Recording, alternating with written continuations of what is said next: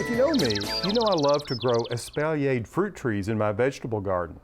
And when one of them didn't do so well, I had to make the decision that it was time for it to be removed. My friend Peter Thevenot drove up to the farm to help me replace my 4-tier Cordon Gala Apple Tree and passed on some tips to help the new replacement thrive. All right, look at that. That's right in the middle. Right in the middle. Looks pretty good, doesn't it? It looks great. You've got a great wire support system here. Thanks, Peter.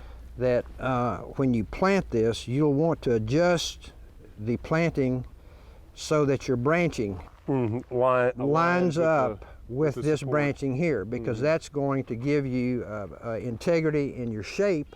Plus, when it gets fruit on it, it's going to support the weight. Not to mention, if you have a problem with ice or heavy winds, it's going to keep your branching secure. These Gala apples last year were fantastic. They had so much fruit on them.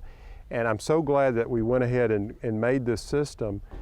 For that reason, the other is that I think that the branching structure is the most beautiful part of this whole exercise of espalier, and I didn't want anything else to take away from it. You delivered my first trees to me, right. I guess was 3 or 4 years ago, and I so appreciate you bringing a replacement. As you know, we had a casualty here. Yes, I saw that. What would you do to the whole? I mean, obviously we had a tree here that died, and I suspect it was because of fungus. What would you suggest? I would dig out an area that's a little bit larger than where the original tree was. Right. And then I would treat that with a good all-purpose fungicide.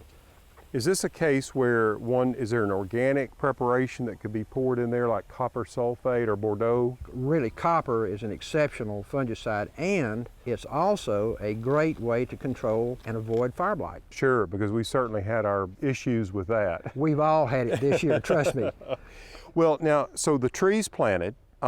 Is there anything that I should do in the way of mulching these trees? Because in the past I haven't, Peter. I've overplanted them with herbs. This had chives on each side and thyme in the center.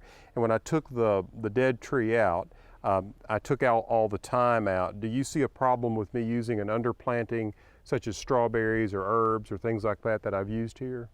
I don't see any problem with that. The basic purpose of mulch is to retain moisture and to create shade, which is a deterrent to weeds growing. So if you want to go ahead and plant around the base of your plant, that's great. Now, the tying of these, I've used these little black pull ties. Right. Just to hold them. You use the green nursery ribbon. Do you have a preference? These types of ties or the nurseryman's tape. Well, that's similar to these little pull ties that I've used. The key to the tying of the branches to your support system has as much to do with not leaving what you have tied the branches to the support with.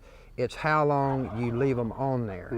The thing to do is every season or two is to come and check your trees and loosen them a bit, because as the plant grows, that support needs to expand with it. We have tried to loosen ours a little bit, and I think the older the tree gets, the more responsive you need to be, the more aware you need to be. As the tree gets older, you can begin to remove some of the ties that are closest to it. Right, because it's so strong at that point. But I would never take the ties off that are near the end. You know, what I love about the espalier form, it's a real space saver. Modern gardeners, their space is often limited, and so this allows you to have a fruit tree and a beautiful specimen, a focal point in a small garden. You can have an orchard in a space that is no taller than 4 feet tall and 5 feet wide, and have all the apples or whatever it is that you want to eat.